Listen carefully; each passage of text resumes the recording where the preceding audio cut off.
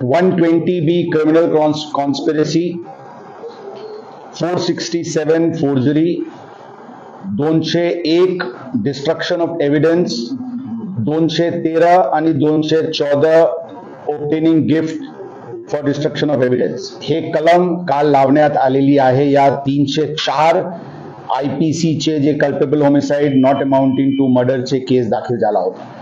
यामध्ये अशा समोर आलेली आहे की 19 तारीखला 11 वाजताचे सुमारास जे ब्लड सॅम्पल जुवेनाइल एक्युज्ड ची ससून हॉस्पिटलला कलेक्ट करण्यात आली होती, ती एक क्रिमिनल कॉन्स्पिरसीचे अंतर्गत एक दुसरा व्यक्तीचे ब्लड सॅम्पल रिप्लेस करून त्यांना फॉरेन्सिक लॅबला पाठवण्यात आली होती.